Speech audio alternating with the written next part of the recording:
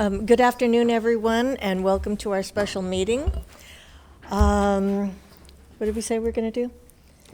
Rock and roll, man. Yeah, we will dispense with some of the formalities and what? Oh, right, public testimony. Is there anybody here for public testimony, public comment? No. I don't have any, ma'am. Oh, I'm sorry, what? I don't have any forms. Letitia, that was you? I'm like, where is that voice coming from? Yeah, we don't have any. Wow, okay. And I apologize, we were in closed session until after 3 o'clock, and so we're all running down here. And but now we're ready to get down to business and participate in this wonderful workshop and hear from students and teachers. And so, Mr. Moskowitz, if you would just start us off. Absolutely. Thank you, President Craighead. Yeah, we mixed it up a little bit. We moved everybody's cheese. We're in different seats and different configurations, but it's all good.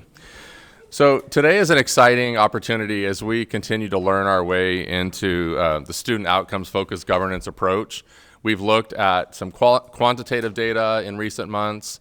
This is our opportunity to think about some of the qualitative data, some of the stories. You'll hear more about that in a moment. We of course know, we of course have our board goals and guardrails, which you are all very familiar with as board members because you helped create those and voted on those. We have our progress monitoring calendar, and the progress monitoring calendar that was approved by you all indicated May was an opportunity for us to come in and look at some of these stories and examples from what we're doing out in the field to support our goals. So today you're going to hear from a team from Grant and a team from Browning in relation to board goals 1, 3, and 4, and really thinking about the stories associated with that. We really want today, the reason we're sitting like this, we want today to be conversational. So there's going to be opportunities, obviously, to hear from the panel of folks from our schools, but there's also going to be opportunities for us to engage with one another, board members, senior team, and then asking questions.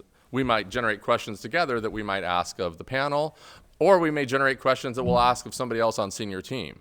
Because what we're really trying to think about is the stuff that we're hearing from the practitioners in the field, how is that making us think about how we might expand, learn, and grow this across our system?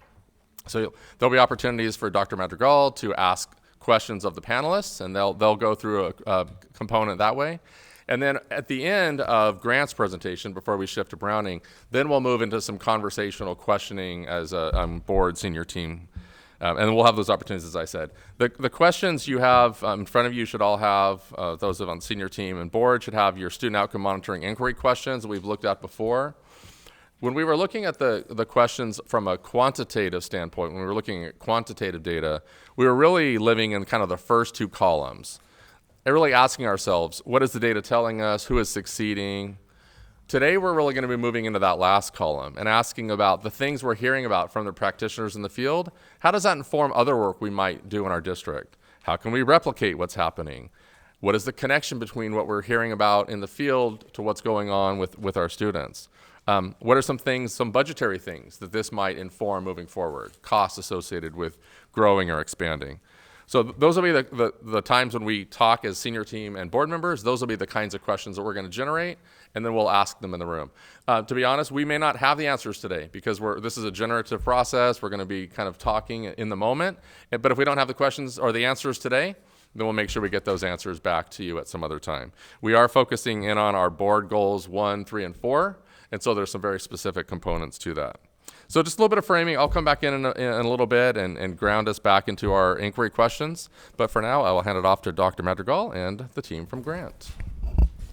Thank you, Mr. Moskowitz. Thank you for framing that for us. And just to take us back to just overview of our board goals and guardrails, as we have been working to actualize our excellence and equity policy and center the stories and needs of our most marginalized populations, we continue to have a deep commitment to enhancing our qualitative, rich data and culture with that qualitative data, and keeping in mind that we want to humanize our data. So this is a new approach, but it's also, as I mentioned, it's an opportunity for us to ground ourselves in our excellence and equity policy. When we think about qualitative data, we want to also think about all the different ways that Long Beach Unified has been able to collect qualitative data. This isn't a new process. Earlier in the year, I believe it was at our February meeting, we talked about and we shared specific examples that the district has been able to collect qualitative data. Today, we are going to capture some of that qualitative data by using two types of qualitative data. One, it's similar to a focus group, but today you're actually going to engage in what we have many of our students participate in, which is the listening session. And it allows you to lean in, listen to the lived experiences of the folks that are closest to the work, whether those are our students or our practitioners. So you're going to hear qualitative data again that is going to support our board goals. And with that being said, we are going to be sharing the stories of two schools in our system. One being Grant Elementary, and our second school is Browning Early College High School. And I want to start off by sharing a little bit about Grant Elementary. We do have the team that is joining us today. We have our principal Clarissa Tolentino. We have Miss Villa, Yolanda Villa, and also Tina Sal, our coach. And also at the table is Lisa Worsham, who is our program administrator in our OCIPD. And in terms of some background around Grant Elementary, it's important for you to know, like, who attends Grant Elementary, how large is Grant Elementary? So we have some quantitative data to help you ground yourself in who are we talking about. Grant Elementary is a elementary school that's located in North Long Beach. It actually is our largest elementary school. And the demographics, fairly diverse. We do have a large ELL and multilingual learner population, but it is also it also encompasses our Black African American students, and there is a lot of work that is centering our students, our most marginalized students at Grant Elementary. And I want to take this opportunity now to hand it off to Lisa Worsham, our program administrator, that's going to highlight some of the innovative practices and programming that is happening at Grant Elementary. Hi, good afternoon, and thank you, Dr. Madrigal and senior team and board members for having us here today to share some really exciting work that's happening out at Grant Elementary School. My role today really is just to set some brief context and then give an overview of what this program is that we're engaging in, and then turn it over to Ms. So and to Ms. Villa to share some of the details about the program. So how Great First Aid came to Long Beach is a little bit of a story. Last year at the Aspen convening for the CAOs, we had district leaders attending, and Dr. Nell Duke, she's the executive director of early learning out of the University of Michigan, was invited to come speak with district leaders around a really innovative program that she has been working on with several researchers and educators for several years in developing. And so her intent at that meeting was really to connect with districts that are really forward thinking and doing some good work to see if they would be interested in, I'll say pilot, but it's not really a pilot because the program has already been through a pilot, but to engage in the work and become a vanguard school. And so what that meant is if we found a school where we had a complete kinder grade level committed to engaging in the program, and they were committed to taking those kids into first grade and then again into second grade, then we would become a part of this vanguard school and work with Dr. Nell Duke and their team in the implementation. And so we brought it back to our district, to our schools, and Grant was very interested in the program, and so they applied and were accepted. And so they are now known as a vanguard school. They're working alongside of about 50 other classrooms across the United States implementing this program. And so what is the Great First Aid? The Great First Aid it's a very innovative, assets-based, bell-to-bell, full-day curriculum that was specifically designed for students in classrooms with large percentages of historically marginalized kids. And so they really designed this program to bring to students something that would be culturally responsive and culturally sustaining. So it started with these 16 core principles, and every single one of the principles is steeped in research about how kids learn and how kids learn best. There was even a time when I heard Dr. Duke say, there's not one question, not one activity, not one task that it does not have research base behind it that's included in the curriculum. And so these foundations work together and they seamlessly go together to create an education for children that is very culturally sustaining. And the way they do that is through what they do is the full day is organized into project-based curriculum. And so each unit is driven by a driving question, and the driving question then leads the kids through an interdisciplinary work leading to a project at the end of the unit that the kids then share with the community.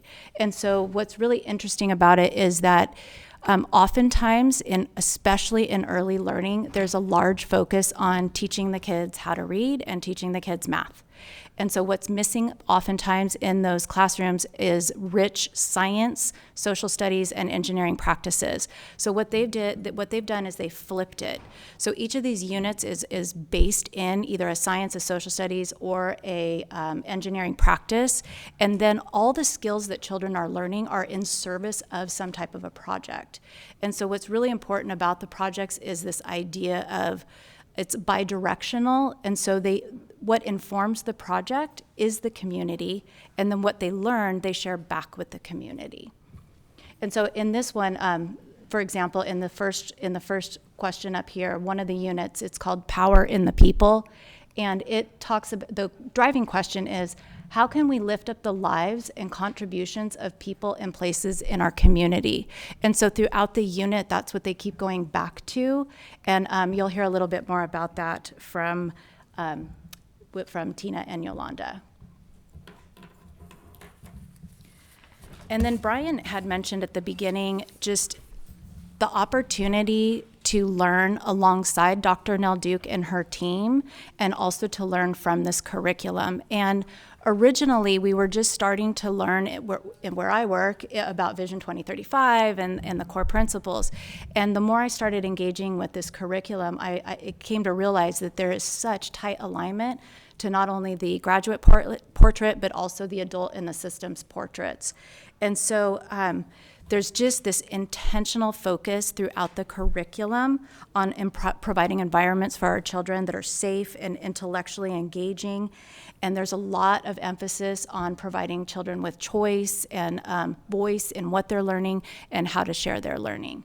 And so with that, it comes with, I think it's the next, it's radically different than any curriculum we've ever seen, anything that we've ever implemented. And one of the early conversations that we've even had at Grant is that it's hard. It's hard for the adults. It's hard to shift. It's hard to let go of practices. It's hard to hear the practice you've been doing for 20 years is actually not good for kids. Stop doing it. And so our teachers have really, had to go through this. And but we always step back and say, if we want radical difference in our outcomes, we have to take a different approach for our students. And so this has come with a very intentional professional learning that is also very different from what we normally experience. And so the way it's organized is the program actually comes with the professional learning modules, and then we facilitate them. And so even prior to starting at the beginning of the year, they had 30 hours of professional learning before they even put it in front of children. And so then once the year starts, before each of the 7 units, they have a full day of release where Tina facilitates the team in learning about the upcoming unit, unpacking it, understanding it, knowing how all the interdisciplinary factors work together. And then they go out and start teaching it. But the professional learning does not stop there. It really starts there. Because then as they go through, these teachers are studying an hour, 2 hours a night, the lessons and how to engage the kids in the lessons. And so the actual curriculum, it's called embedded educative, I had to practice saying that, features. And so what that means is even reading the lesson plan is meant to teach the teachers how to use the methods and the strategies. And so they do that on a daily basis. In addition to that, on a weekly basis, Tina works with the team in and out of the classrooms every single day, coaching, uplifting some of the great practices and the outcomes with kids. So with that, I do want to turn it over to Ms. So, Tina So. This program it's a beautiful thing to witness. It is amazing to see what these kindergartners can do. We had a QCV there recently, and the plant supervisor joined us on the walk, and at the end she said, I didn't know how smart kindergartners could be. I mean, they were doing the most amazing things. So I say that because none of this could have been possible without, it was a non-negotiable that we had a coach at the site working with these kindergarten teachers. And so I'm going to turn it over to Tina to tell a little bit of the story of that. Hi, my name is Tina So. I am the Grade First Aid instructional coach. This is my 21st year in the district, but my first year at Grant, and also my first year with this curriculum in this role.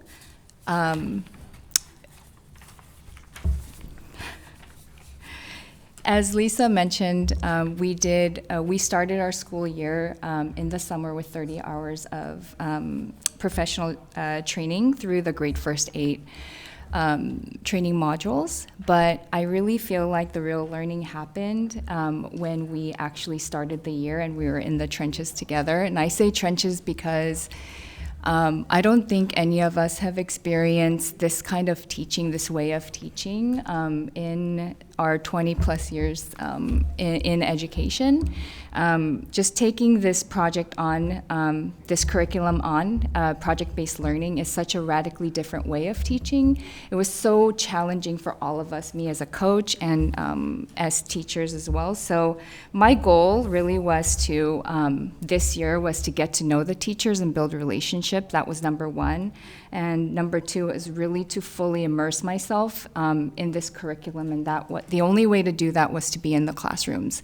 And I was in the classrooms of observing teachers, and the data that I collected in the classroom really guided our professional learning, our weekly professional learning. And then the other thing that I had to do to fully immerse myself in the curriculum was to actually go into the classrooms and teach the lessons myself, which I later started to film, and we started watching that as well during our professional learning opportunities. I really feel like this year has been so unique because I don't think that in my years of teaching that I've spent this many hours with a group of teachers. We really spend so much time, so many hours together. We have a full day of pre-unit planning where we unpack a whole unit. And because every unit comes with, it is a project, we have to look at the project as a whole. Then we have to break the unit apart and really think through how to teach the unit so that we can set the students up for success. And on top of that, we meet weekly, 1 to 2 times a week to plan and to also, for the purpose of continuous ongoing professional learning as well. And I'm gonna go a little bit deeper into that in the later slides. Thank you, Tina, for sharing that. I think this is a great opportunity to ask you a couple of questions, in particular, a question around coaching. Coaching is a key lever in change, especially in large systems. How has the professional learning supported you in coaching teachers, in implementing efforts and building their capacity to sustain the work? So I think this, in my role this year, it's been really unique because I'm able to actually use real-time teaching in the classrooms to support the teachers. And I don't think I've ever had an opportunity where I was able to go into classrooms, either capture myself teaching the lessons or highlight the teaching of the teachers in the classrooms, and then bring it back to our meetings to either talk about what the strengths are in the film or talk about next steps. Thank you for sharing that, and I think this is an opportunity also for you to be able to speak a little bit about the kindergarten team, because I know we have Miss Villa here today, but it is a collective effort. Tina, would you like to share more about the Grant Kinder team?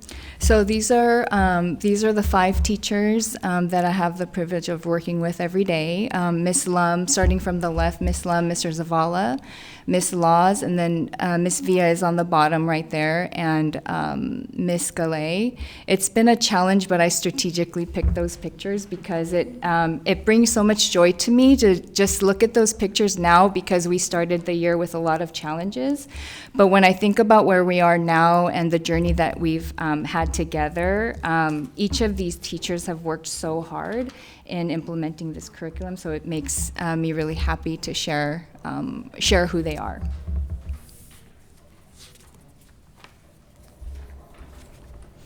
So previously I mentioned about our pre-unit planning. We get together before every unit. We have a full day of planning time together. So during this time, we look at a whole unit, and then in this particular unit, it's called The Power in the People.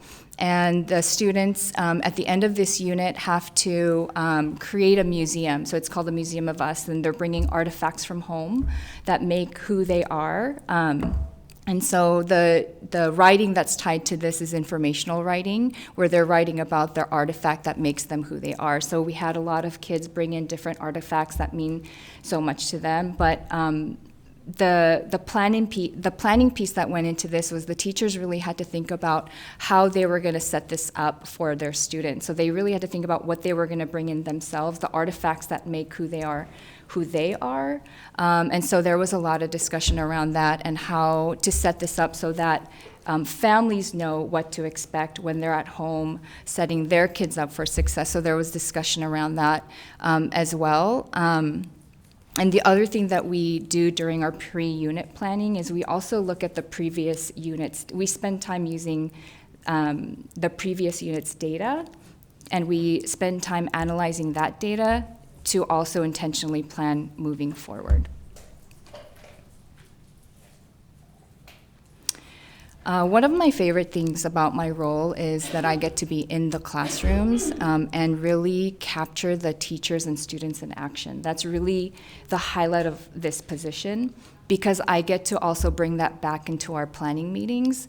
And it's so powerful because I don't know if I've ever had the opportunity to watch my own peers teach and be able to have that, to see other people and get ideas, and the discussion that comes out of watching videos of each other teaching. It's so powerful because they're really able to, sometimes they're able to see their own teaching and realize, oh my gosh, that looks really good. I sounded really good. But we also always talk about what we could do better. So in this example, my focus was teacher prompting. So I captured a teacher using prompting that was a good example of how to move the students. And so we were looking at how to use teacher prompting and captured that as well. And then that kind of prompted a further discussion on how we can further the questioning. And I also captured students being leaders, because when a teacher is in a small group setting and they're busy teaching, they can't really see what's happening in the room. And so to be able to capture that, teachers, like this particular teacher was surprised that that was actually happening, that their own students are taking ownership of their learning. So this is one of my favorite parts, is that every planning meeting has something like this where I'm sharing a video or a picture, and teachers are able to speak to it.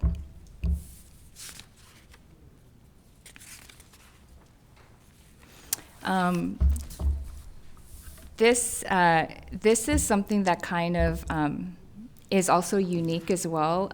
This is a unique experience because I'm not sure if I've ever experienced this, because we're spending so much time together. When we're passing the hallway or when we're planning, we're talking a lot about what we're doing in the classroom, and sometimes in those conversations, we have opportunities where we could bring real world into our teaching. And this was one of those beautiful opportunities when all the stars sort of lined up. And this was during the primary elections. And when we're doing our Power in the People unit, one of our teachers, Adrienne, she had a I voted sticker she came to school with. And during this time, the kids were learning about, like, you know, people have power to make change. And so during this time, they were also learning about how to vote and how we vote to make change. And then the night before, I had experienced my own daughter asking me if she could wear my I voted sticker, and I had to tell her no, because you have to vote to wear that sticker, and it's a privilege, right? As Americans, we get to wear that sticker proudly. People vote, and then they post it on social media. So it's like, it's something that is so real. And it just kind of organically happened during our planning time, where we said, oh my gosh, this is all happening. And then in math, they had to vote for a shape that they were going to make into a class flag. And so all of a sudden, Miss Fia's like, why don't we make a voting booth for them so that they can have this experience of voting and then actually have them drop the ballot in the voting box. And then we said, why don't we have them make a voting sticker after they vote, and then they get to wear it.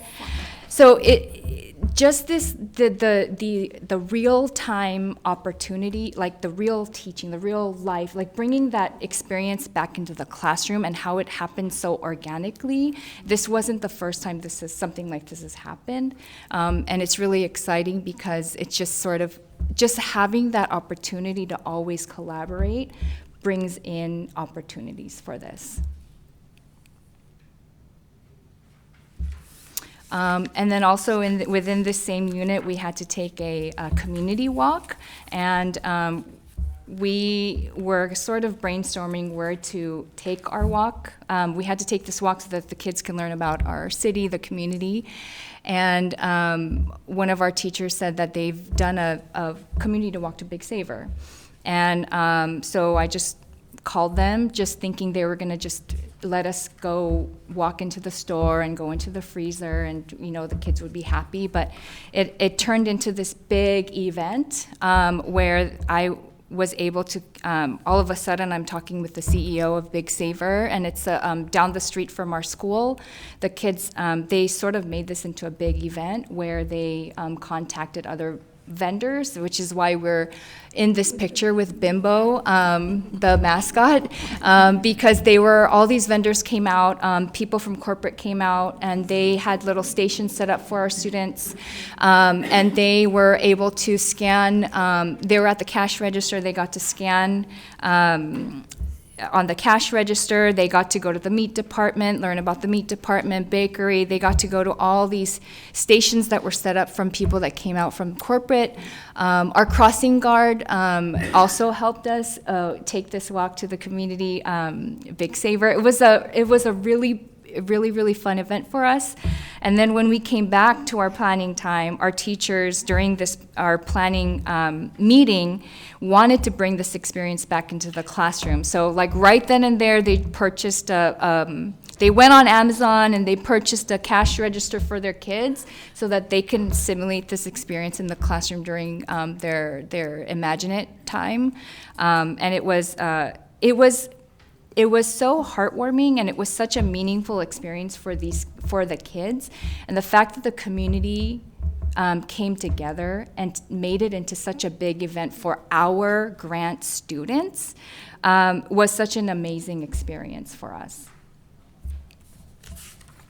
Thank you, Tina. I have a wondering around your visit. How did that, from just your observations of the teachers participating in the walk, as well as for yourself as you're thinking about the professional learning and the teaching, like how did this approach perhaps like shift even in that moment your way that you think about bringing the learning? We think about learning happening in the classroom, but then bringing the learning that happens in their community. Like kids were in the places probably that they shop with their families. What was that like for you? It was pretty amazing. This is a grocery store that they go to probably all the time, right? But one of the things that came out of this trip was the CEO had placed I know I'm not saying this right, but the machine that makes the tortillas. right? They were going to do it anyway, but they sped up the installation of that machine. Tortilla, okay. So for our students. And so what our students got to do is they got to actually stand there and watch the tortillas coming out, right? But normally when we go to the grocery store, we don't really pay attention to anything like that, right? We just kind of go with our families. But now that they've seen it, they just like stopped and they were able to observe and smell the tortillas, and actually touch it. It just made that experience so real. And so then when that came back into the classroom, they were able to really make it real as well. And so they started to use the language and just the oral language that comes out of that real experience just has been really amazing. And I do have to say recently too that we also invited like right now in this current unit, the kids are working on persuasive writing. They have to make a poster on why it's important to keep their teeth clean. And we had to reach out to a dentist. So we just called the local dentist in our neighborhood, and they came out with goodie bags for our students, and they went to each class, and the dentist and her staff presented to our kids on why it's important. And then the kids' posters get to get displayed in the dentist's office. So it's amazing to see how our community is coming together for our students. That sounds like a really amazing opportunity for not only students, but staff. And knowing what I know about the grant staff, some of them even live in the communities. So I think it's a wonderful experience, not only for your kinder staff. I think that we're curious to hear, from the teacher, and I get the pleasure of introducing Miss Villa. So Miss Villa, when I look at this picture, I think of, like pictures tell a story, and sometimes that story is connected to a journey that isn't necessarily what is happening in that moment in that picture. And pictures also provoke different emotions, right, or actions. So when you look at this picture, what is the story or what story has happened by looking at that picture? What could you tell us about that picture? Joy. Joy, that's what it is. Pardon my voice, I have a little bit of laryngitis. Comes with a job. Third time this year. But yeah, joy. I can say that my students, I've had happy classes before, right? I've been teaching for 24 years. This is my 25th year.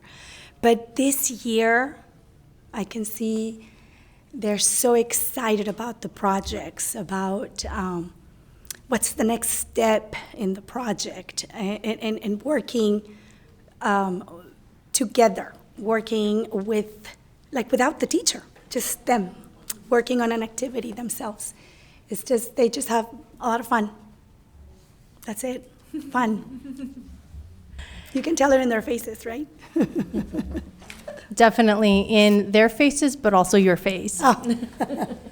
Thank you. So as I'm learning more and I'm hearing both your story and Tina's story, it makes me really think about our Vision 2035, our system portrait. And in the system portrait, we speak of an open district that's grounded in family, community, and city collaboration, where we facilitate creative, student-centered, real-world learning in the community and the wider world. So in addition, that portrait says that our current model of teaching has to be enhanced by collaboration with a variety of caring adults inside and outside of the school district to create that village that's going to mentor and support our students. So as you're talking about building connections to the community, I feel like your story, those lived experiences of the grant staff and community has really captured that this year. And so in thinking about, your past experiences, you mentioned that you've been teaching for some time, and I know that you've been teaching at Grant for a long time. What is different from past experiences to this year? Like what could you say for yourself that you've had that moment of, this is different, like this is innovative, or this has really shifted my way of approaching teaching our students? Several things. The first one, even though we've always had that one field trip, right? Every grade level has that one field trip somewhere. This year, we've had so many, not only field trips, but, oh, sorry, my bunch just fell off. Not only the field trips, but the people coming over to our classroom. We've never had that before, where people from the community come into our classrooms and our kids get to interview them. For example, Deputy Villa was able to come into our classroom. The children were able to touch his badge, touch his vest, and ask him questions about his job. We've never had that before, even though that's been an experience before for fifth graders in the past, that they have police officers come into our school, but never for kindergartners. So it was such an event for them, such an event. Also, in the other picture that you see, that's Mr. Morris, that's one of our custodians. We were able to do, in our first unit, kindergartners care, we were supposed to do a care basket. And so you're supposed to find a person in the community to gift this basket to. And so my students voted for Mr. Morris. Mr. Morris cleans our classroom. What better to thank our own custodian? And so from the moment that they voted for Mr. Morris, my students were so thoughtful about, let's not leave a mess behind, because Mr. Morris, all of a sudden Mr. Morris became a real person. Not just a person that walks around with, with a broom and a trash can, but a real life person that works hard and that is tired at the end of the day, and that we are going to make sure we don't leave a mess behind for him. So to me, that has been so powerful, that they get to see the real interaction with people, the real people. The other part that I have seen different is the inclusion of science and social studies. That has always been my struggle in my professional years, the inability to include science and social studies throughout my day. It was either one or the other, and sometimes not even one. And so it's very fulfilling to be able to teach science and social studies along with language arts and math, and nothing gets neglected. Because, in past years, you teach us a science unit, something's gonna get neglected. You teach a social studies unit, something's gonna get neglected. With this program, everything is interweaved. Everything works together. In this, there's the museum. That picture is a picture of a child's dress, baby dress, who was, that dress belonged to her grandma and her mom and herself. So she wrote about it. So the book that those kids are reading have to do with museums, with the work that people do at museums. So as you can see, everything, the writing, the math, the science, the social studies, is all integrated, and nothing goes, Nothing in isolation. Nothing in isolation. Everything goes together. So that's been different. So I think you've touched on something that we were curious around, the impact on literacy development, and we are going to have an opportunity for the board and audience members that are here today to actually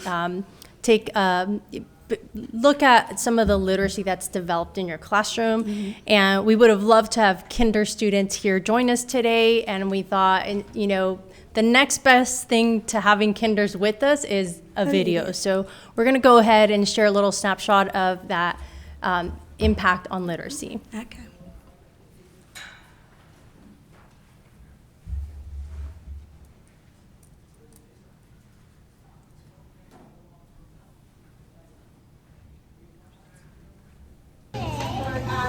Flashcards. Your cards first. Elijah, can you go over for the thingamabob for a minute. We're gonna thingamabob, and then I will give you. Okay, are you ready? With you, I can maybe with the you they can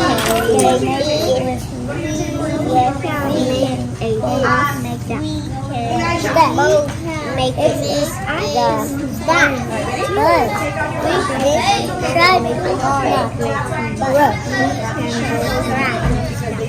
not rough.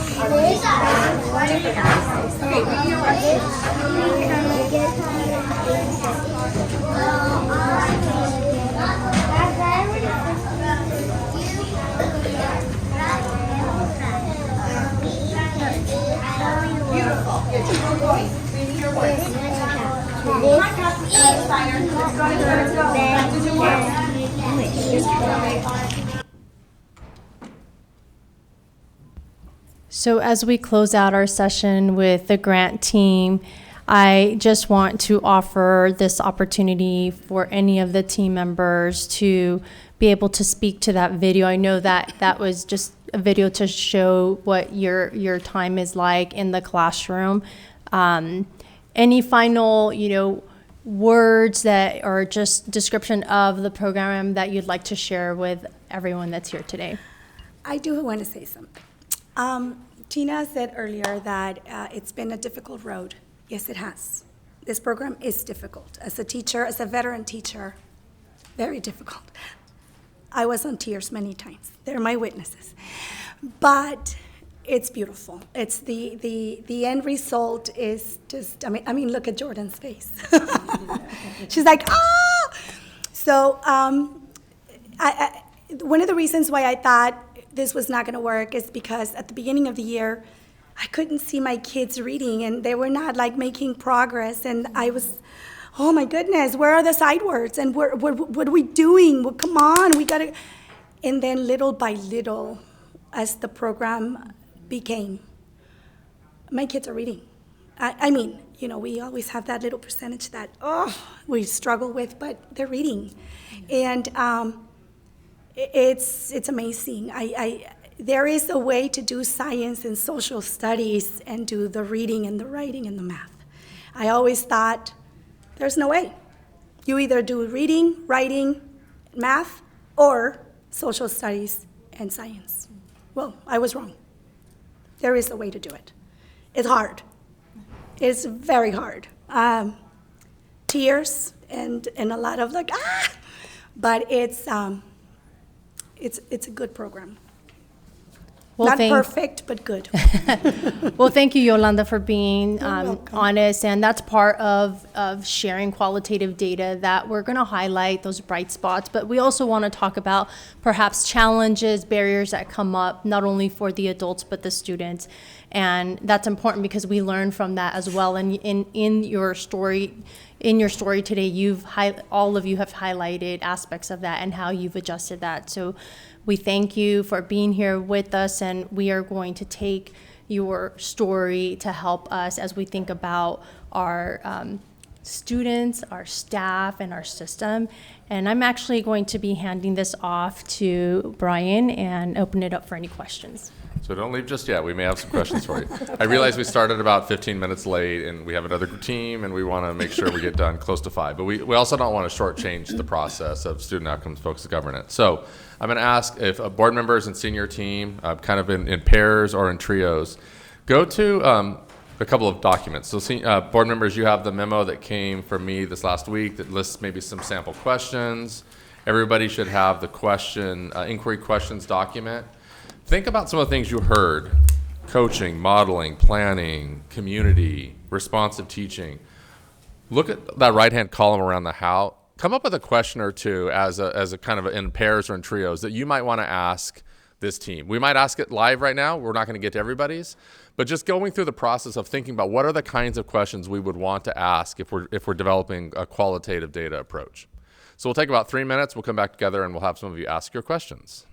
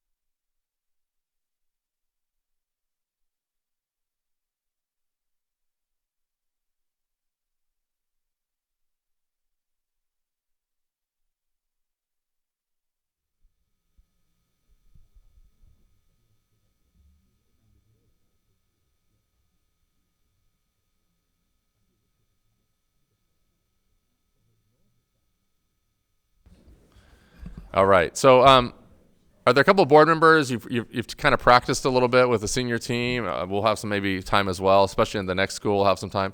Is there a board member who would like to ask a question that is kind of a forward-thinking, future-focused question? I'm at an unfair advantage here because I have, my partner was Doctora Madrigal. Actually, newly hooded Dr. Madrigal. So I hope she doesn't mind, but right before we went live, Dr. Madrigal shared something with me, and it goes back to community and looking at our communities as assets with gifts and talents and knowledge. And again, here we are in this boardroom talking about systems approaches and cultural shifts, and Dr. Madrigal shares with me a picture of her family at her PhD, at her doctoral hoodie. All right, so, I mean, full circle. All right, this kid from farm worker parents is here in this capacity. All right, so I want to frame my question, Brian, with that in mind, that I love the pictures, I love the smiles on your faces, and oftentimes that's one of the gauges that we use, right? Are students smiling and engaged? That's data that's undisputed, right? Irrevocable data. So, but we also talk about what's needed, not just in terms of being intentional, the volition, but I want to talk here from your perspectives, right, on the ground. And again, the unfair advantage is Dr. Madrigal was the principal there. If we want to either expand or scale and or leverage these wonderful examples, we talked about the time that's needed. All right, we talked about the resources. A few examples were like, coming back and then buying cash registers, the materials that are needed, the supports, right? We have a whole team here for this holistic approach. So can you talk a little bit about, yes, it's hard, it's challenging, but at the end of the day, we need resources, we need commitments, we need support. Someone has to make the call to the community partners. They have to also be willing to come to campus to provide these opportunities. So the sort of looking forward question, Brian, is how do we make this magic happen in a way that's, takes account for all the time and commitment and resources and supports explicit that are needed? A lot of people could answer that question, but I would actually love, Ms. V, if you're able to just kind of share from your perspective some of what Dr. Benita said. What would other teachers across our system need to, if not implement Grade First Aid, bring some of this into their schools? Okay. I wouldn't be doing this without her. No, not in a million years. Now, Veronica, Dr. Madrigal, I'm sorry. She was my principal, so that's why I was like, Veronica. So Dr. Madrigal is my witness that last year I was one of the teachers that said, yes, Veronica, we can do this. Yes. Oh my goodness, this is the answer to my prayers. Da, da, da, da, da, da, da, da. And so then I go and convince my team that we have to do this. Then come September, I was like, what in the world did I do? I was so upset at myself, so heartbroken because I thought I had made a mistake. This was too hard, and I felt really embarrassed with my coworkers, with my peers, that I had kind of like pushed them into this. And at the beginning of the year, at the end of the last year, they took all of our resources out. They took everything out of our room and put it in boxes and put it in a book room. I was telling her, I need my things back. I'm done with this. I cannot do this. I need my boxes back. I need to go back to what I know. I know how to teach. Right now I feel like a new teacher. I feel like I just got hired and I've been doing this for 25 years. Give me my boxes back. And she said no. And Tina said no. And then she said no. Oh, and then I told her, change me to another school. I need out. You have the power, Lisa. Move me to another school. And she said no. And so, thank you for saying no, and thank you for saying no. And so, I'm here to tell you that I wouldn't be doing this if it weren't for her, because she is the power in this program. She is that, not in the program, but in getting us through it. I mean, she's our cheerleader, our support, our counselor, we vented with her. She is invaluable. So if you are going to do this with any other school, you need a Tina in the other school. And I really appreciate you saying that. And just as a reminder for the board and others that may be watching, so in all of our elementary schools, we have our IACs, we have literacy teachers, reading leads, math leads. And so moving forward, one of our ways of thinking could be, how do we repurpose some of the staff we have at schools Yes. to be able to have somebody trained to support the work that you're talking about? However, to not have a classroom, to not have students that she has to worry about, because right now she has 100, how many students do we have?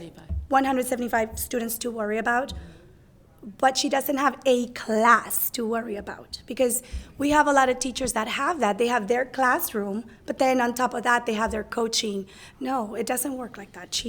This person needs to be, their sole job needs to be to support us in the classroom. And she's done a beautiful job. I mean, and you know it, we've told you. Love the honesty. And if I could add. Please. One of the things that I've been doing in support of our kindergarten team is really having some ongoing conversations and collaboration and learning alongside our instructional coach, Tina. And from doing that, we are going to be moving it into our first grade team at Grant. It's expanding into our first grade team.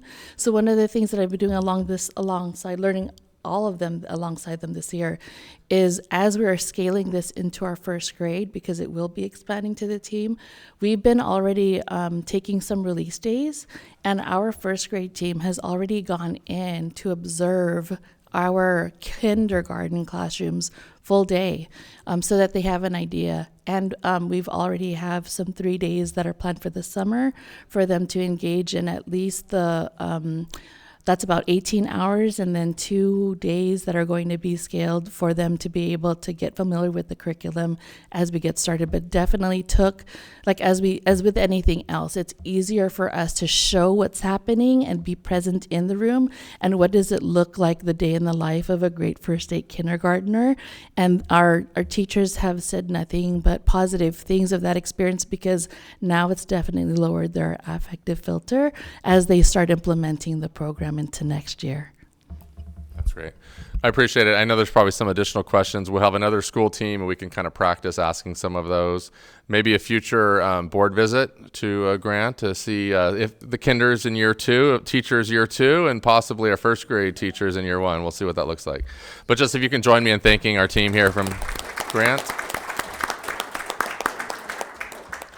And I would say for board members, again, if you have questions that even you really are curious, you want to know the answer to, feel free. We can collect those up through Dr. Baker. We can make sure that we get answers back to you. We could get questions to the team to see if we can further this conversation. So thank you very much, and I will hand it back to Dr. Madrigal.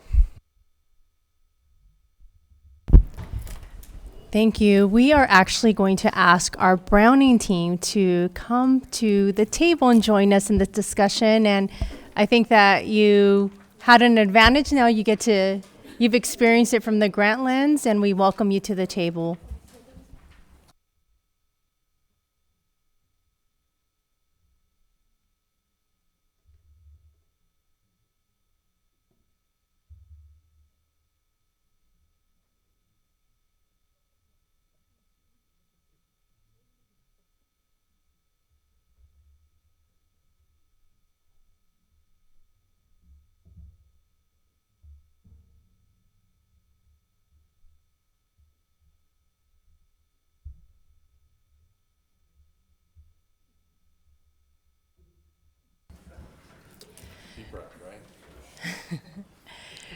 You look good. They look great. So as we begin our next presentation, just as a reminder, our next presentation around qualitative data is really grounding us in goals 3 and 4. So you're going to be hearing practices that support goal 3 and 4. So you can always reference specifically what is it that we have called out for 3 and 4, goals 3 and 4. And I want to give again some context behind who goes to Browning. Where is Browning? So Browning is Browning Early College High School is a school that has really developed, we think of them as they've developed the next generation of professionals in hospitality, tourism, and recreation fields. And so that is their pathway. They also participate in Breakthrough Success Community, supporting the 8th through 9th transition, and that's in partnership with our core districts. And you'll hear more about Breakthrough Success Community. And then also, they will speak to early college and dual enrollment opportunities for students to graduate the associate degree for transfer in hospitality. And again, they will go more in depth around that and highlighting some quantitative data around their participation in dual enrollment. So we want to talk about who attends Browning, and so a little bit of information around the demographics. So Browning is a beautiful reflection of our community. We have Black African American students as well as our multilingual learners and Hispanic students. So it isn't a comprehensive high school. However, we see Browning as a very diverse school. And it gives me great pleasure to also introduce Chef Dahl, who's going to actually talk about career and technical education, and she's going to speak about Breakthrough Success Community as she is the lead, and give us more information around like the importance and the impact that has had as the 9th grade team lead. So welcome, Chef Dahl. Thank you for having me. Sorry. Good afternoon, everyone. My name is Carolyn Dahl. Thank you for having me here. I teach culinary arts at Browning High School. I've been there since the inception year, and I am the 9th grade team lead, which is essentially synonymous with being the Breakthrough Success Community lead. It is essentially for the 9th grade team, so we kind of put those two names together, and BTSC is what we'll say for short because it is a very long title. So Browning was the first school in Long Beach to be a part of the Breakthrough Success Community. And I remember it was in 2019, and I remember attending the very first learning session. I remember our principal at the time, Dr. Anderson, had told us that this was a program specifically for our historically marginalized students, Black and Hispanic students that were struggling with grades. And she thought that our school would be a perfect fit for it. And we were like, yeah, great, we're on board. She approached the 9th grade team, and she asked me and another teacher to attend this first learning session in Oakland. And I didn't really know much about it, but I remember going and leaving thinking, okay, wow, they really gave me so much information at how pivotal the 9th grade year is for our students and how it can really demonstrate the success for them in high school. So they're throughout their years in high school. I remember leaving thinking, okay, this is really interesting and great work that I was bought in basically from that learning session. I was like, okay, whatever they're going to teach us, I'm into it. I want to do it. We are going to implement this at our school. And so about a year later, I became the lead for our group. And what they've really done is they've given us so many tools and strategies for building a great team, for showing our 9th grade students how to become successful at school, and really giving us those tools, or for me particularly, to be a better team leader. It's taught me how to lead with intention, and really that intention is just towards our 9th grade students. How do we do what we can to improve their success in the 9th grade? So with that, we have these intervention strategies and practices. So some of the things that we've been doing with our 9th grade team, we didn't have this before, but something that we really thought was pivotal was a 3-day orientation. That transition from 8th to 9th grade is a huge change, and they are frightened, and they have no idea what they're getting into coming into high school. So we built this 3-day orientation. It's obviously shifted every time we do it because we take feedback from our students, but ideally what it is just to build relationships, to get them acclimated into what high school is. We do a Kid Talk protocol, which is a solely assets-based conversation that we have with our students that are struggling. We also have our 2x10s, which we've been implementing, really something that is used to build relationships with students throughout the school year.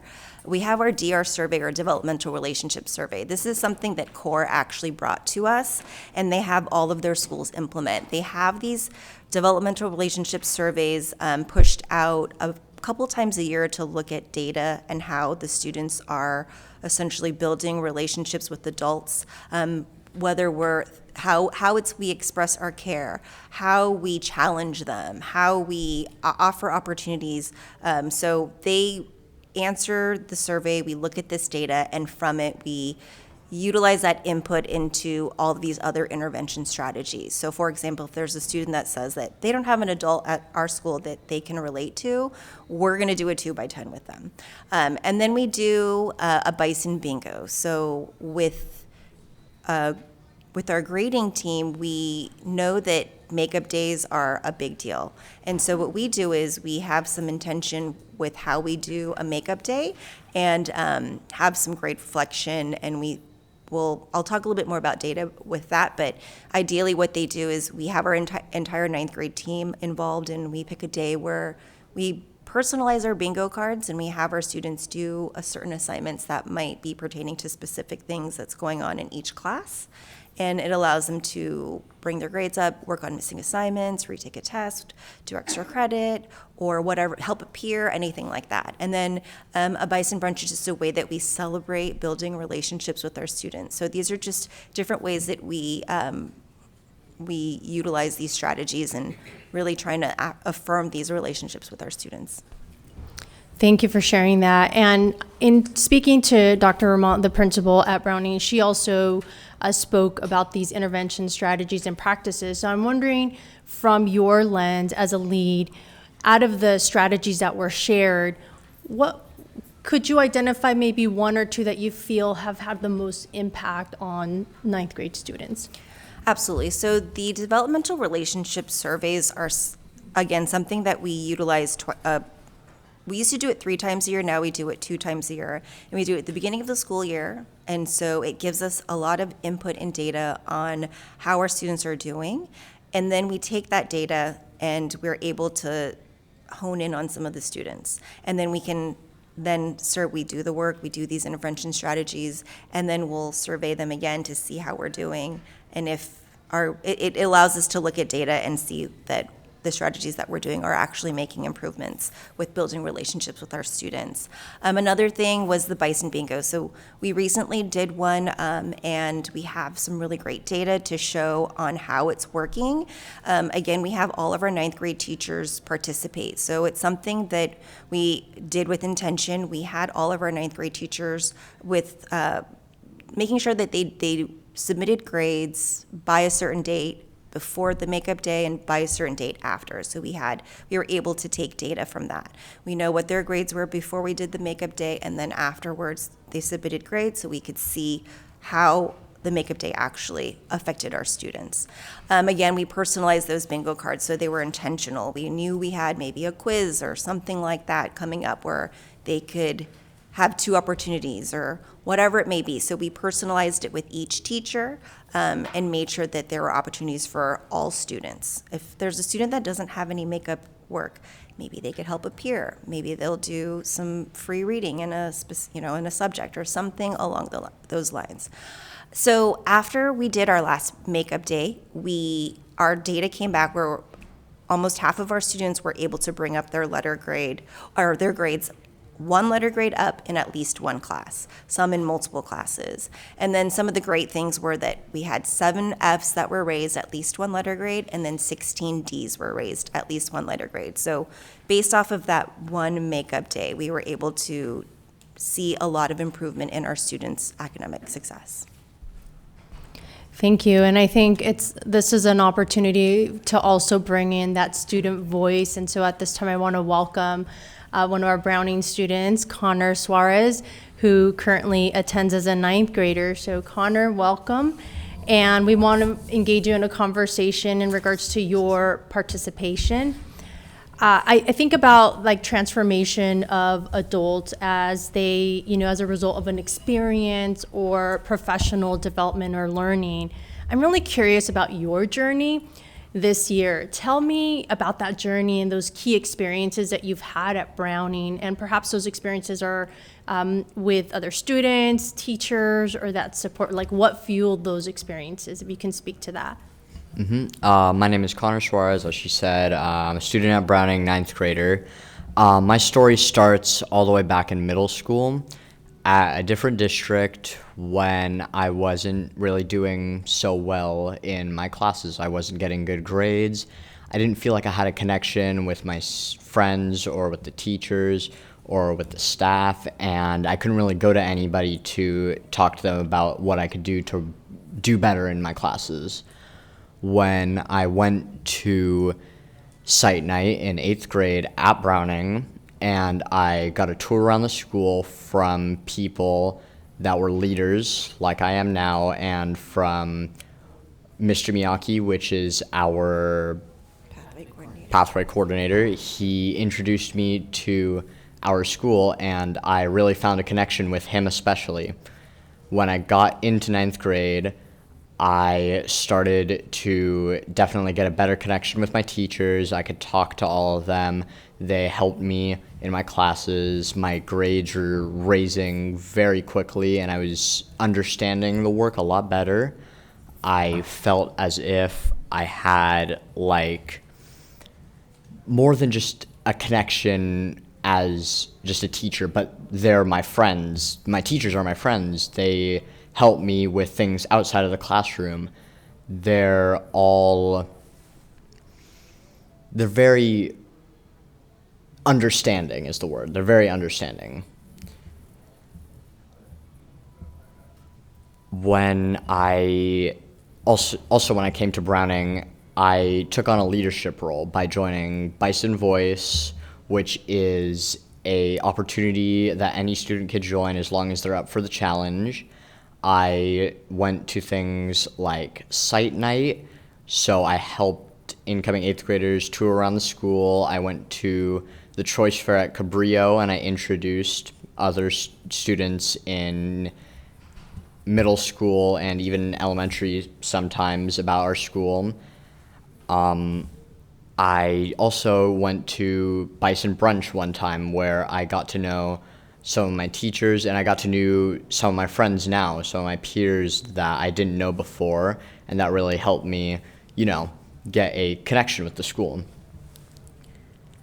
For things like my LBCC classes, I definitely think that along with the professors that are in my classes, I can also talk to the professor that I've had so far. He's very nice.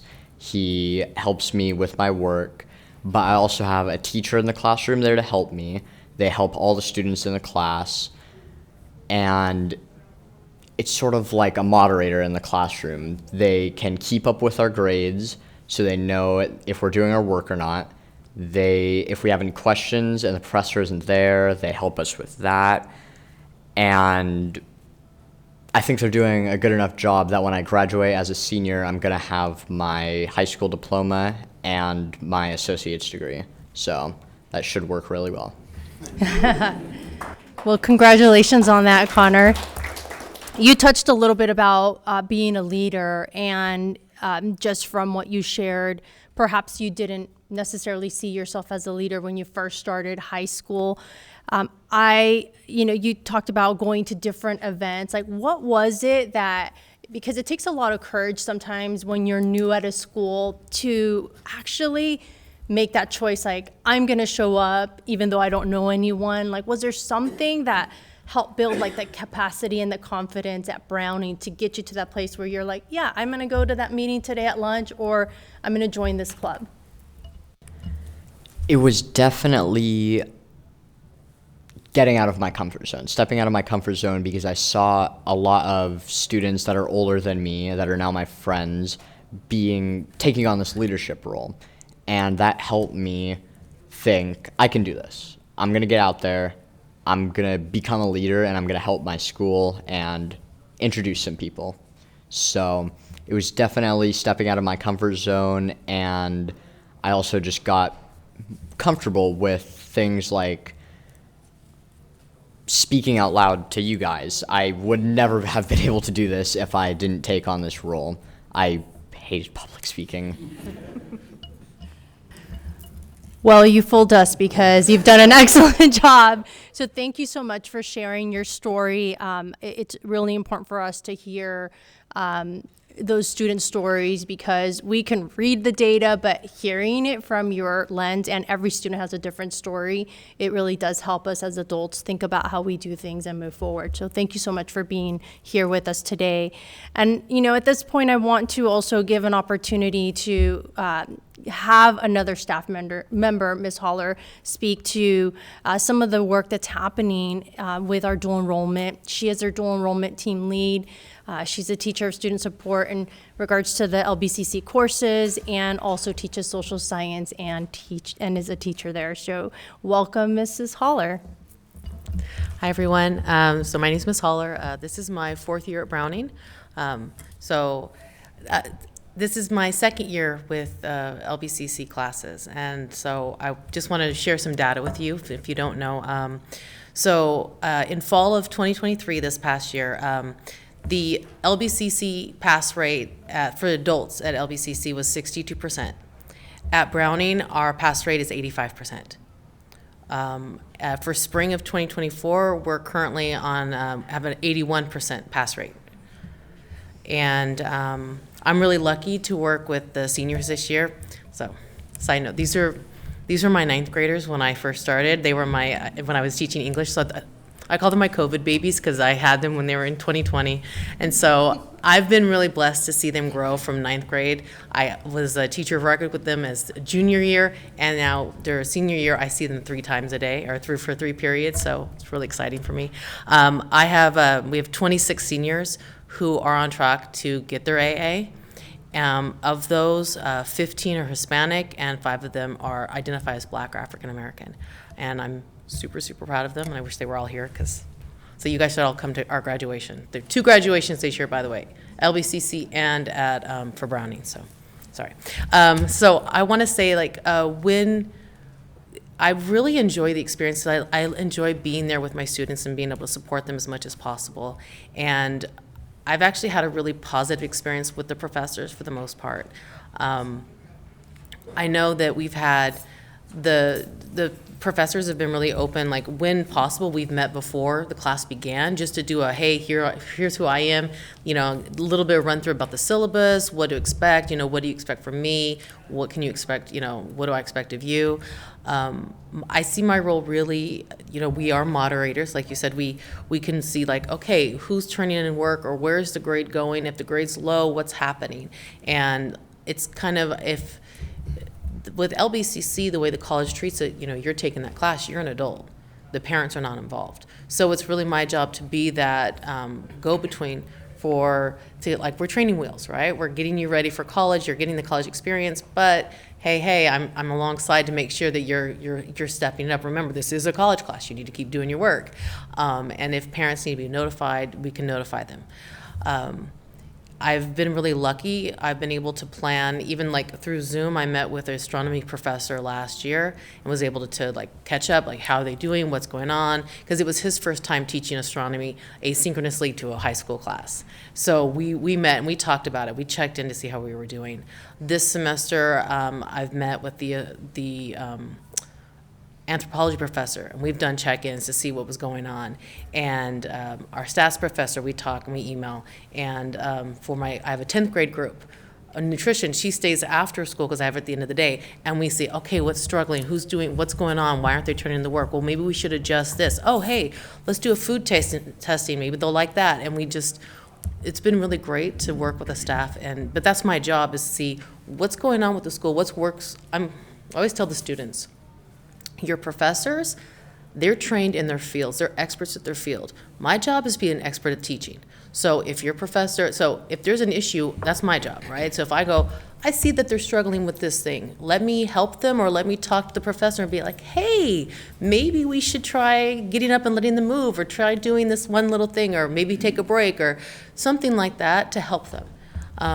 So that's, and then we also have Fridays. So they have college classes Monday, Wednesday, Tuesday, Thursday. And then on Fridays, with that 45 minutes, that's my chance to be like, all right, let's see, where are we going? Hey, you guys didn't have the chance to finish that activity in anthropology. We're going to finish it right now. Hey, we have that quiz to make up. Let's do that quiz right now. Hey, you're missing this. You're missing this. Let's do all those things right now.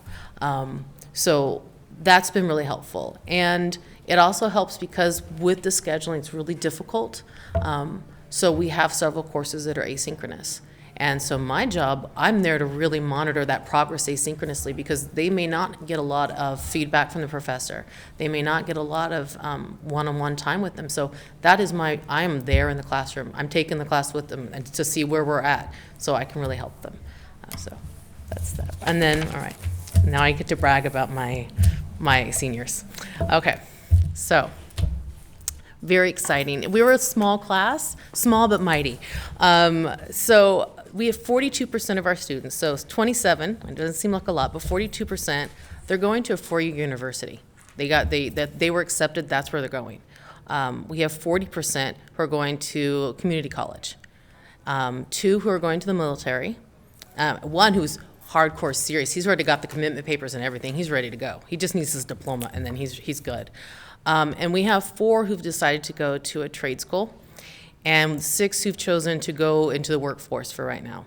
I do want to say for the trade school, because, I mean, as a culinary school, we value trade schools. And I always tell the students, I tell all my students this, no matter what you want to do, you want to get C's, you want to get your diploma, because maybe you don't want to go to college right now. And that's okay.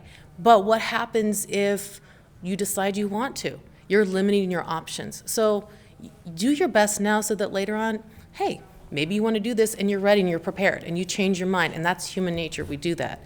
I do want to say with the trade school, one of the students she's going into, hang on. I forgot what it called. Hang on.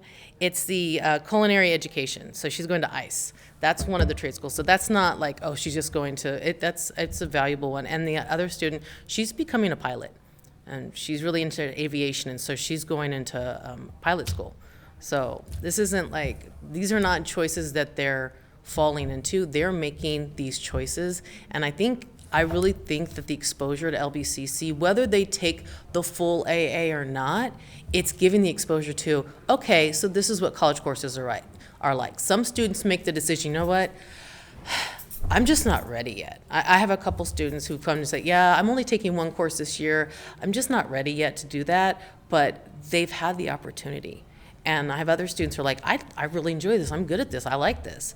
I had a student today. She's in IDS, and she's going to take AP Stats next year. And I said, she's such a good student. I said, maybe you should talk about getting into the stats class for college, because the great thing about LBCC, those are college courses. So with the AP classes, which I liked AP classes, I took them in high school, I've taught a couple of them, they're great, you still have to take that AP exam. And some kids, that test, that can really get to you.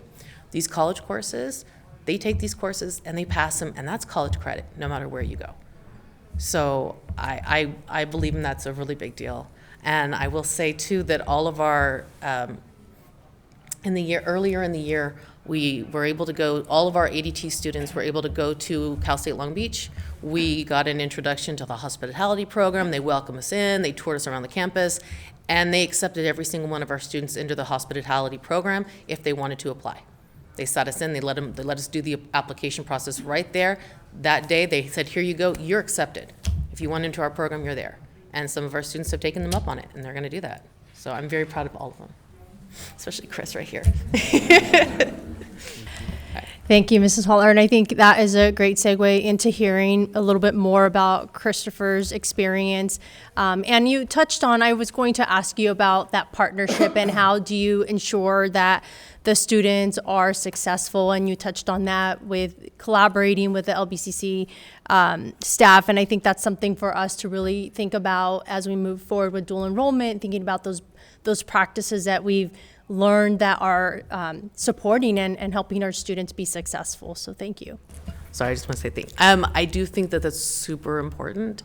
We're really lucky when we were working with Lupe and we were working with Sam that we were, as teachers, were able to talk to them and say, here's what's going on in the class, and they care. And to get that support, I think that's the most important thing, because I don't think either side can do it all on their own. So, Thank you. Well, Christopher, welcome. We have Christopher Coronado, who is a 12th grader from Browning, joining us today. And we thought it would be important for the board to be able to hear, and the community to hear, the experiences of a 9th grader, and then also the experiences of a 12th grader as they're getting ready to leave our system. And we really had an opportunity to talk to Christopher about his experience. And similar to Connor, you started 9th grade and you entered probably with a certain like goals, or maybe you weren't sure what you were going to do. And BTSC was probably part of your trajectory. Now I want to get a chance to hear from you. Earlier you talked and you shared a story, and we made a connection. We both talked about how our families are from the same part of Mexico, and both your parents are immigrants, and that immigrant story and what parents who are immigrants have in terms of like the aspirational goals for their children to have that American dream. Talk to me a little bit about how Browning has not only supported you in your goals, but also supported your family's aspirational goals and dreams for yourself and also your sibling. So thank you for having me here, and I really appreciate the opportunity to talk about my experience on how being a minority and getting into a program where I was assisted in, completing the aspirations of my parents. They definitely had that in mind to see me pursue an education, garner a title, and it was really important to me at the time that I wanted to make them proud. I wanted to complete their dreams, and I also wanted to assist myself in the future at a certain point. So going into 9th grade, I would definitely say I wasn't too familiar with what I was doing or where I was directed towards in terms of my academic success. I would say I was separated from any academic experience because of COVID. I felt that the virtual experience wasn't for me, and it definitely distanced me from going towards what I wanted to do. And after that, after my 9th grade year, I went into sophomore year, and I still was lost, and I felt like I was behind, and I just was completely confused. It's like, because I didn't really get to experience the transition from 8th grade to high school. So I was definitely placed in an environment where I was unfamiliar. I just knew that the classes were definitely a lot harder. And it felt as if it was like a dream, but a bad one, right? Yeah. And so it got to my junior year where I saw that there were so many kids just like me, my same year, that were pursuing this amazing thing, which was the dual enrollment program, where you were able to acquire an ADT by the time you graduate high school, which in my eyes was almost like, I can barely do my normal high school classes right now. What am I gonna be doing, getting these college classes? And I started looking into it, and my friends were telling me about how awesome it would be, how beneficial it is to them and their families. And I honestly felt that I would fall in the same boat where I really wanted to make my parents proud after seeing them work so hard and knowing that they were immigrants who came to give me a better life. I really wanted to pay it forward. And so I went and I talked to Mr. Miyake, which was our pathway coordinator, and he got me on board with everybody else. I felt as if I was right at home because everybody welcomed me. It was honestly very inspiring to see my classmates and teachers just work with each other and just support each other to get us where we wanted to be, which was, where we wanted to be was just a safe spot and a head start into the real world. Not only will I be graduating with my ADT, I'll have experience of what it's like to I guess just push myself and work hard. So I'll definitely be, in my opinion, ahead when it comes to going into just life in general. I chose to go towards a trade school. So I'm going to be attending UTI to get my certification as an automotive technician.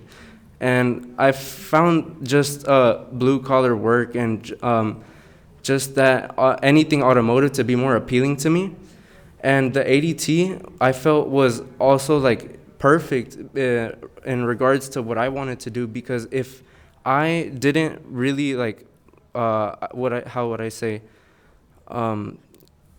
succeed in my automotive technician journey, I definitely had something to fall back on. I had my degree, which could get me a very comfortable position in life, and I wouldn't have to go straight into the workforce where I had a job that wouldn't be, I guess, suited for me. I've had a great experience with being able to explore my opportunities, and I found that my ADT was in my best interest, and yeah, it's definitely helped me and my family, and I've seen that everybody has been extremely supportive and very happy for me that I've been able to acquire what I'm doing.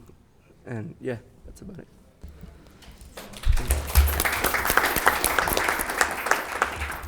Can I say one thing? Yes. So I just want you guys to know that Chris worked harder this year than most of the other seniors, because he also took, how many classes did you take during the winter course? You took 2, 3? Oh my goodness. Or asynchronously? Yes. There were 3 classes Yeah. asynchronously. So he worked and made up classes so that he could get his ADT.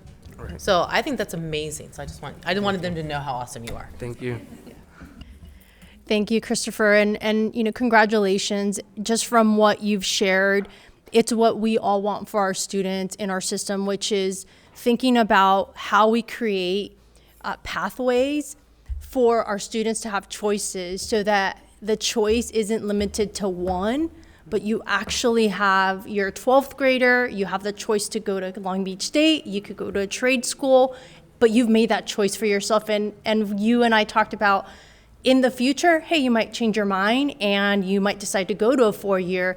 And so I think that, I'm going to ask you a final question that I would ask my students when I was a principal as they were transitioning from one grade to another, elementary to middle school, or high school, 8th grade to high school. If you could go back and tell your 9th grade self, give yourself some advice that current 9th graders or current students in our system could learn, because you represent many of our students in our system, what would that advice be that you wish you would have known or someone would have told you?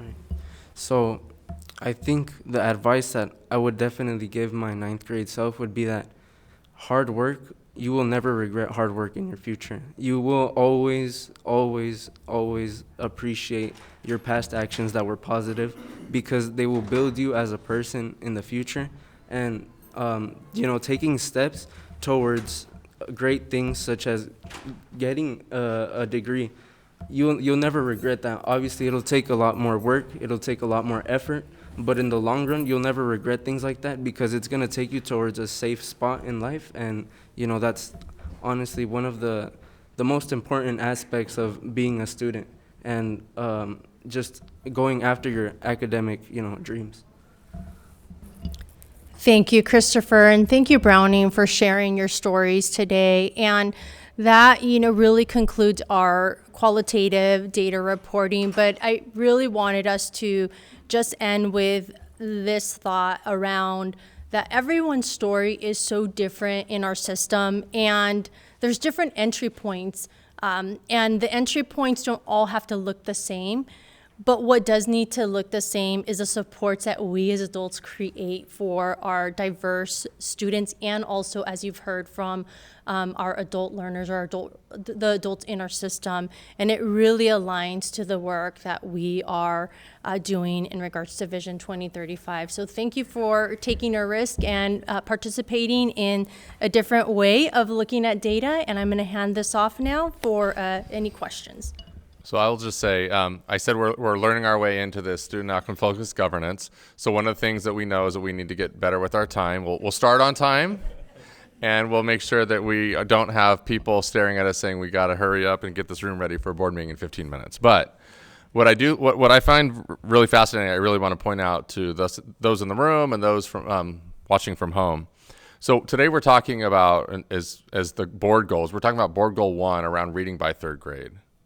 And yet, when we heard from the team from Grant, very little of what they talked about was reading in the traditional sense. But yet, and these students are reading, you heard the teacher say, reading better than she ever would have imagined. Here, we're talking about, with Browning, we're talking about board goals 3 and 4, which at their core are about grades. But you're not really hearing anything about grades. You're hearing about support. You're hearing about collaboration. You're hearing about the wraparound that we do with our students. And that's important because sometimes we can get really isolated with our board goal. And part of what we were trying to achieve today is for you to see all of those other things that our teachers, our administrators, our students are doing in service to those goals. So we're not done with this journey. It is the last of this year, but we are not done with this journey. We'll continue to bring these stories back. We'll get better at finding the right time to allow all of you to engage in some questions. But we do need to probably wrap it up so that we can move on into the next. So let's round of applause for our Browning team. Appreciate it. Ms. Craighead, back to you. Yes, thank you very much. Well, I'd like to thank everybody from Browning. It was so wonderful to hear from our students. Of course, I know most of us all of us, we're looking forward to hearing from the students because you are the reason we do what we do, that we show up to work every day and have a passion for education. Christopher, we wish you the best in the future. It's so nice to hear that you are pursuing an interest, something that makes you happy. I think that's what we want for everybody. So it's wonderful to hear. Thank you so much. Thank you. You're welcome. You're welcome. And Connor, you're just a freshman, so you're on your way. You've got, well, actually, you're at the end of your freshman year, but you have another 3 years, and you're already doing so well. So it's very uplifting and a positive thing for us to hear that, to hear from you. I want to thank everybody for their work. I know we do have a schedule. We have another meeting starting in a few minutes. So thank you for being with us, but we will adjourn this meeting and welcome the public to join us at 5 o'clock when we will start a new meeting. Thank you, everyone.